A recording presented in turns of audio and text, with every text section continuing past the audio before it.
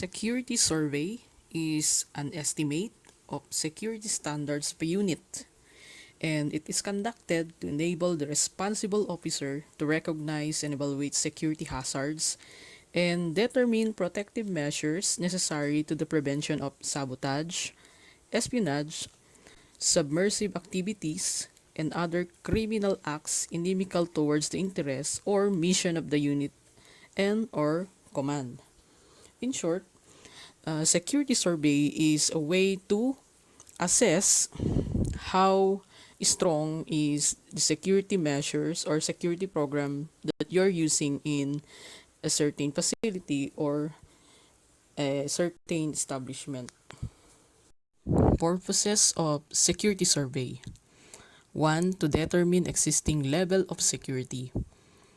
The level of security is being assessed to determine if security program is enough to cater the threat or the possible threat in the establishment. To locate weakness in defense. As we all know, the vulnerability or the weakness can be a reason to have a possible loss or loss in a certain establishment. So it is very important to determine the weakness so that the installation can provide countermeasures. To determine degree of protection required. So this will help a certain establishment to determine if there's a need to upgrade or add security equipment to protect their facility. To produce recommendations establishing a total security program. So through the conduct of survey, you can determine if there's a need to change or there's a need to upgrade in a security program or measures that a certain establishment is using, or particularly the whole security program existing in that particular facility. Standard requirements of security survey. 1. Criticality. Criticality is the effect that partial loss or total loss of the facility or area would have on facility's mission. Example, we have the adverse effect. If we say adverse effect, this includes the interruption of vital function, disruption of the continuity of operation, or the compromise of national security information. So, a higher classification level of information handled or stored in a facility or area will increase the criticality. Second, we have vulnerability.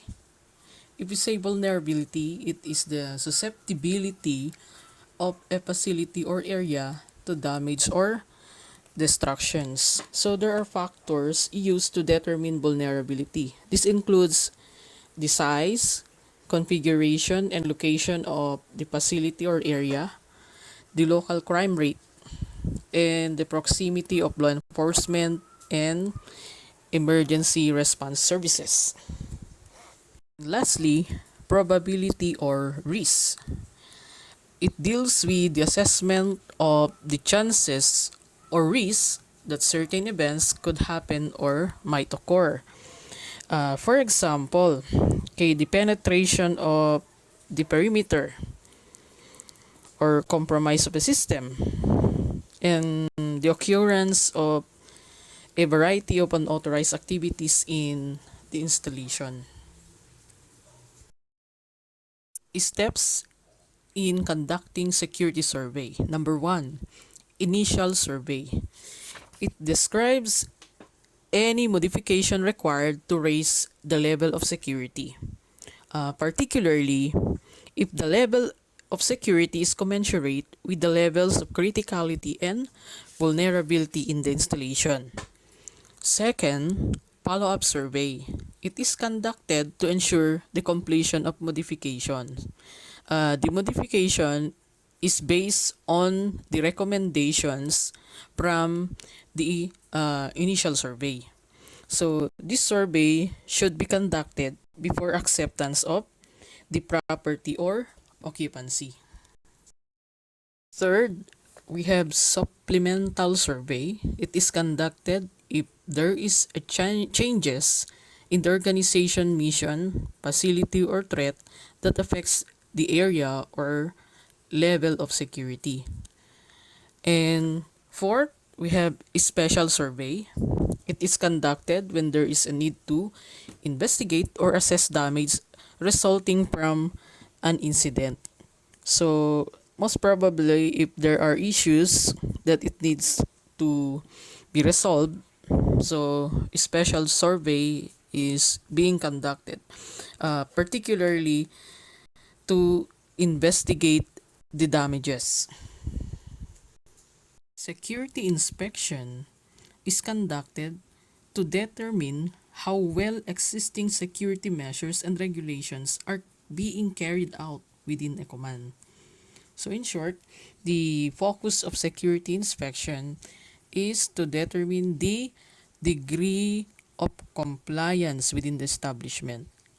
This includes the recommendations given or the recommendations during the survey.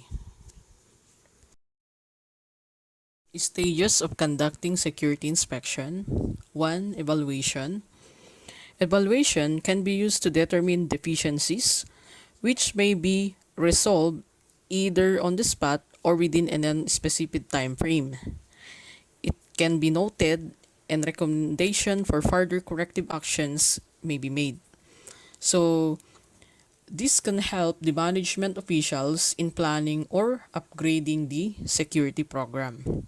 Second, compliance.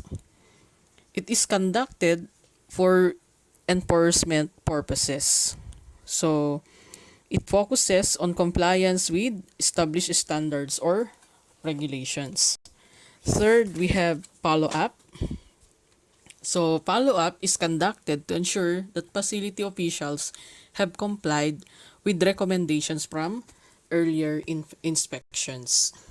Number 4, after-hours check. It monitors compliance with security regulations, especially involving areas where national security information is processed or stored. Fifth, self-inspection. It is conducted by the security officer to evaluate their own security program. And lastly, close out.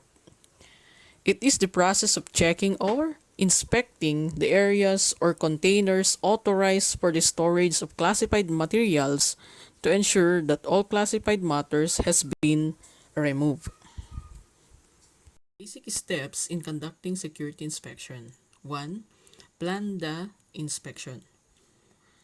Determine the following.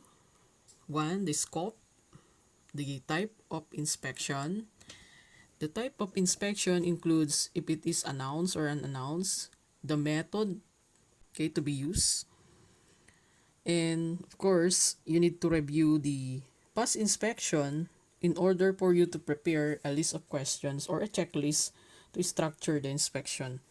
Take note that in planning, you need to have your schedule or the schedule of inspection. If appropriate, provide written notice.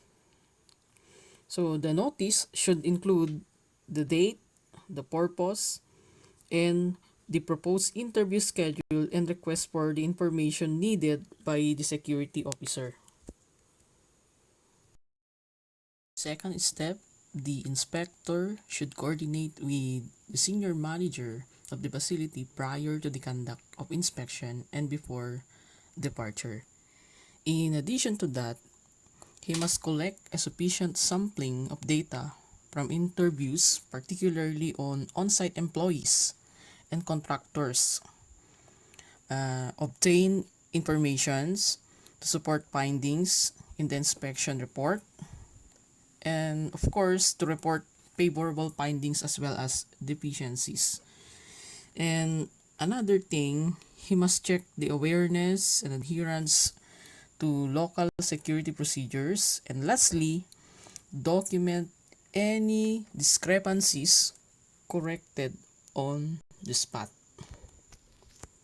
Third, analyze all findings, list the discrepancies. Take note that in the list of discrepancies, you need to cite the regulatory references and then recommend corrective actions and write the inspection report. Lastly, inspection report should be produced within 10 working days upon completion of the inspection.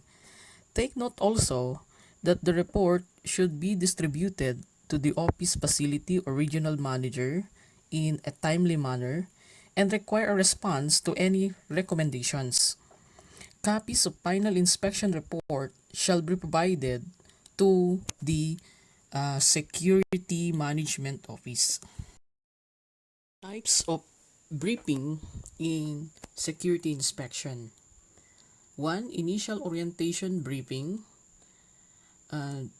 This promotes complete understanding of security responsibilities that addresses general physical security principles including common security hazards, building security, and crime prevention, key system or other site-specific access controls, vehicle control, and property accountability or package inspection programs.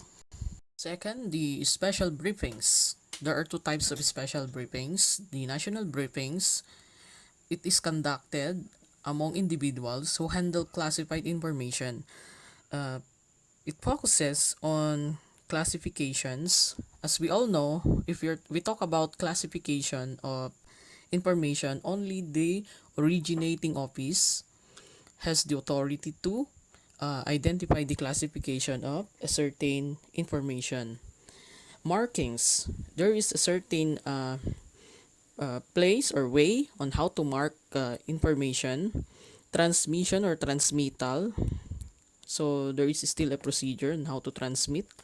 Disclosure, safeguarding, and destruction of information. Next, the special access briefing.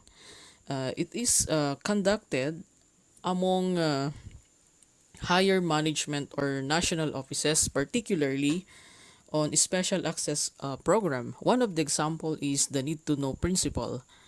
The need to know principle explains that only the properly cleared person or the authorized person has the authority to access classified information. Special considerations in security inspection. One, we have the preliminary planning. This includes the course of action. Course of action should be chronological, and of course, as the inspector, okay, must have to use checklists. Okay, the checklist should include the general consideration or the specific points that must be covered during the survey. So it can be a general type or a detailed type. Second, we have the initial briefing. So after completion of the preliminary stage, the specialist is prepared to visit the office. So it is to be recalled, as mentioned previously, that contact is made with the security officer of the office for the purpose of establishing a time and date for the initial briefing of the office head. So it would be ideal to have this kind of conference not only for the office head but also his entire staff and other personnel of the office. So this is only applicable for take note, announce inspection. Escort personnel.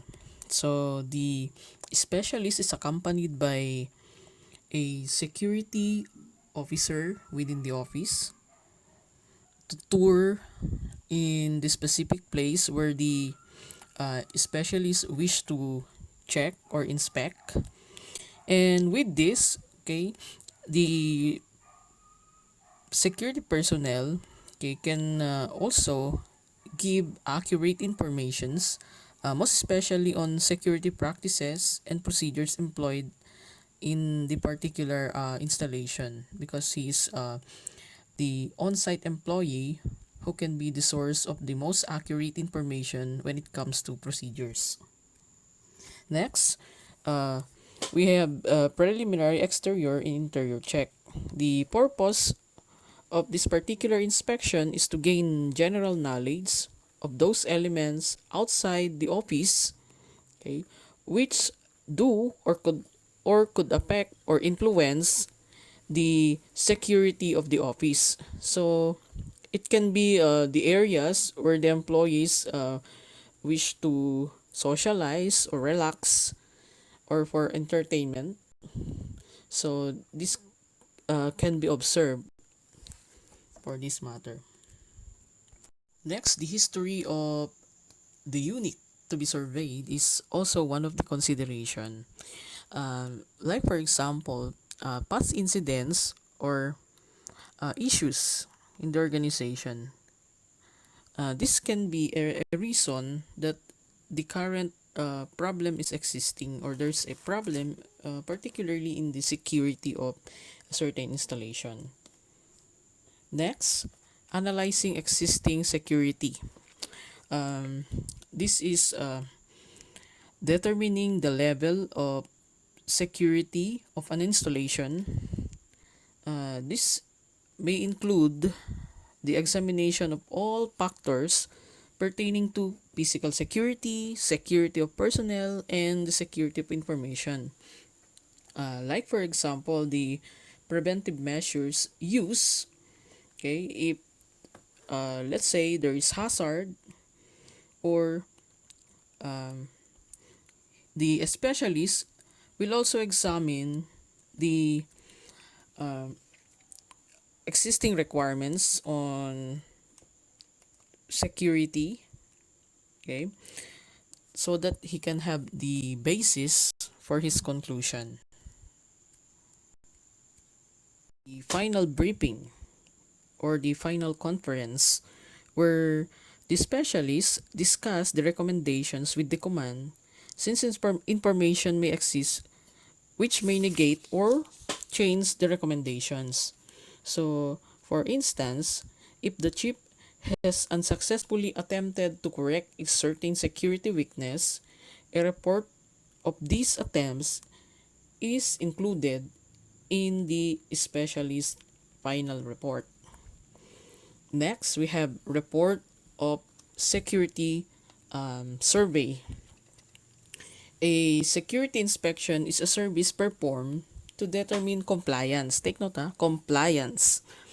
So if we say compliance, there is a certain standard that they need to follow. With established security policies and procedures, and it is conducted on a recurring schedule or a follow-up to a security survey. Security survey versus security inspection.